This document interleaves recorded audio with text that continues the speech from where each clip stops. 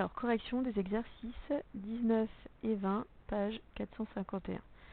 Ces deux exercices étaient des énoncés assez proches. On vous parlait d'un triangle, vous connaissez les trois longueurs. Il faut construire les triangles, puis donner la nature des triangles.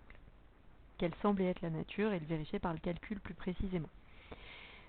Pour la construction, je ne la fais pas, je fais juste un schéma. Vous commencez par exemple justement peut-être par le plus grand côté si vous voulez, mais ce n'est pas obligatoire. Donc vous tracez tout d'abord un segment BC qui mesure 2,9 cm. Donc ça vous le faites à la règle. Ensuite vous pouvez utiliser votre compas pour reporter à partir du point C une longueur de 2,1 cm. Donc vous obtenez un arc de cercle.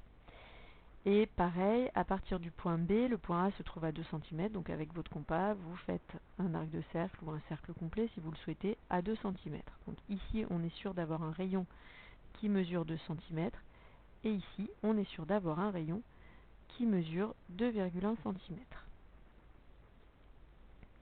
Alors déjà, attention à vue d'œil, comme ça, quand vous faites la construction. Quand on vous demande quelle semble être la nature de ce triangle, si on le regarde juste comme ça sur le dessin, on a un triangle qui va ressembler à un triangle isocèle, déjà, c'est sûr. Puisqu'on a 2 cm et 2,1 cm. Alors avec les erreurs de mesure près, quand on fait un dessin, c'est jamais très précis. On peut le prendre pour un triangle isocèle. Et en plus, on peut se poser la question de savoir s'il y a un angle droit ou pas au sommet A. Maintenant, si on veut être précis, non, le triangle n'est pas isocèle puisqu'on sait que les longueurs sont différentes d'après l'énoncé. Et maintenant, on va vérifier s'il s'agit d'un triangle rectangle ou pas en A. Forcément, comme vu déjà dans la leçon, si les rectangles c'est en A, même si on n'a pas fait le dessin, puisque le plus grand côté est BC. Donc on va calculer séparément. Donc d'une part, tiens, ça rappellera des souvenirs comme quand on est en classe. Donc d'une part, on va calculer BC au carré, qui est égal à 2,9 au carré, donc 2,9 fois 2,9. Calculatrice, parce qu'on ne connaît pas par cœur les résultats, 2,9 fois lui-même, 8,41. Ensuite, on calcule séparément la somme des carrés des deux autres côtés, donc des côtés AB et AC. Donc, on les met au carré et on calcule leur somme. Donc AB, ça va, ça ne sera pas trop dur, c'est 2 au carré. AC, c'est 2,1 au carré. Donc si vous avez un doute, vous prenez vos calculatrices pour calculer 2,1 fois 2,1. J'espère quand même que pour faire 2 au carré, vous ne la prenez pas. Donc on obtient 4,41, donc ça fait 4 plus 4,41. Le calcul nous donne 8,41. On constate donc, ou alors vous pouvez écrire d'après les calculs ou mettre une accolade ici. En tout cas, écrivez, c'est important, ce qu'on obtient comme résultat. On constate que BC au carré est égal à AB au carré plus AC au carré. Donc, ça veut dire que ce qu'on appelle parfois l'égalité de Pythagore est vérifiée. On peut donc utiliser la réciproque du théorème de Thalès, d'après la réciproque du, j'écris en abrégé, de Thalès, pardon, du théorème de Pythagore, tout va bien. D'après la réciproque du théorème de Pythagore, ABC est rectangle, c'est sûr. L'hypoténuse étant BC, comme on s'en doutait, de toute façon on avait le dessin sous les yeux, il est bien rectangle en A. Corrigeons maintenant l'exercice 20, donc même principe, on peut se faire un petit schéma, commencer par le grand côté qui était GE, qui mesurait 3 cm surtout, le G je le place ici, le E ici et j'ai 3 cm. La longueur EF est de 2,3 cm, donc on peut tracer à partir de E un arc de cercle de 2,3 cm, FG 1,8. Je fais un schéma absolument n'importe comment, on s'en fiche, comme ça permet de ne pas donner d'ailleurs de fausses idées. Quand vous allez faire la construction avec la règle graduée et le compas, vous aurez quelque chose qui sera beaucoup plus précis évidemment que ce que j'ai là. Et comme ça, moi, ça m'oblige à réfléchir uniquement par le calcul et pas avec le schéma qui ne me donne pas grand-chose comme indication sur l'éventuelle nature du triangle. Si ce n'est que les longueurs ne sont pas égales, donc ce n'est ni un triangle équilatéral, ni un triangle isocèle. On peut se poser la question de savoir s'il est rectangle en F quand on fait le schéma. Donc, pourquoi en F? Toujours pour la même raison, le plus grand côté c'est GE. Et pour savoir, grâce à des calculs, s'il est rectangle ou pas, eh bien, on calcule la longueur du plus grand côté au carré. Donc, c'est GE au carré qui est égal à 3 au carré qui vaut 9. Et puis, on calcule la somme des carrés des longueurs des deux autres côtés qui sont GF et EF. Donc, GF au carré, c'est 1,8 au carré. On additionnera EF au carré, c'est-à-dire 2,3 au carré. Alors, calculatrice, 1,8 au carré, c'est 3,24.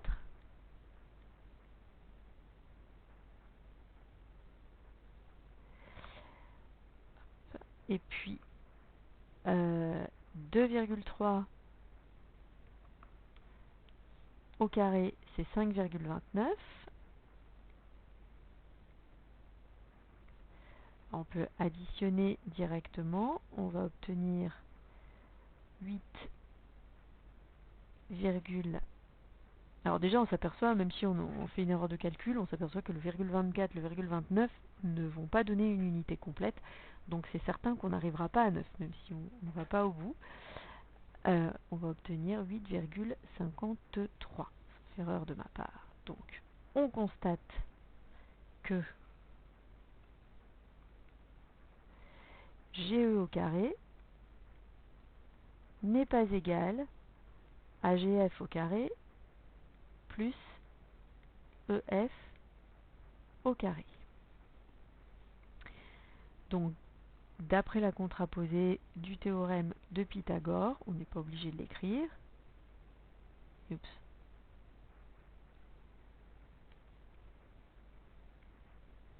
Alors, j'écris en abrégé parce que c'est très mal écrit déjà. D'après la contraposée du théorème de Pythagore, on peut conclure ici que GEF n'est pas rectangle en, puisqu'on a supposé que GE pouvait être l'hypoténuse, n'est pas rectangle en F.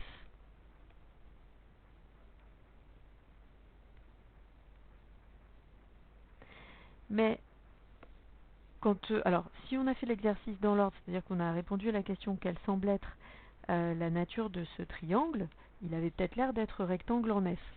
Donc, on a montré qu'il n'était pas rectangle en F, on a vérifié par le calcul.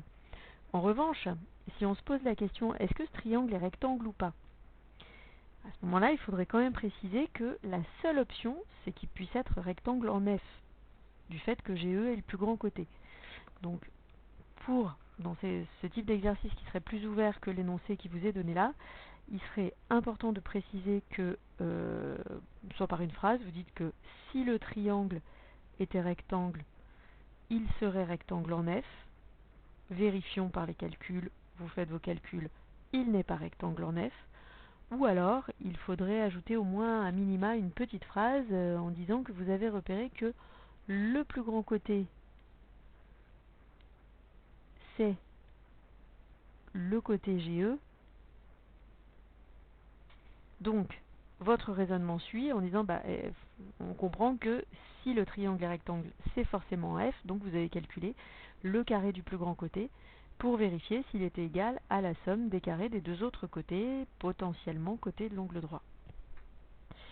Donc je le redis, dans cet énoncé-là tel qu'il était formulé, si vous avez fait l'exercice dans l'ordre, cette phrase n'est pas indispensable, mais si l'exercice était juste, voici les longueurs, le triangle est-il rectangle? Alors ce ne serait pas qu'elle semble être, mais quelle est la nature éventuelle de ce triangle? il faudrait déjà vous dire tout de suite que le triangle, s'il est rectangle, c'est forcément le côté GE qui est le plus grand côté, qui est l'hypoténuse. Et donc c'est pour ça qu'on ne fait que ces calculs-là. Parce que sinon il faudrait s'assurer, ok, il n'est pas rectangle en F, est-ce qu'il pourrait être rectangle en E? Est-ce qu'il pourrait être rectangle en G? Donc c'est-à-dire, est-ce qu'il pourrait être rectangle en E? Pour cela, il faudrait que 1,8 au carré soit égal à 2,3 au carré plus 3 au carré. Ça ne risque pas d'arriver. 1,8 est beaucoup trop petit. Et de la même manière, s'il était rectangle en G, il faudrait regarder si 2,3 au carré est égal à 1,8 au carré plus 3 au carré.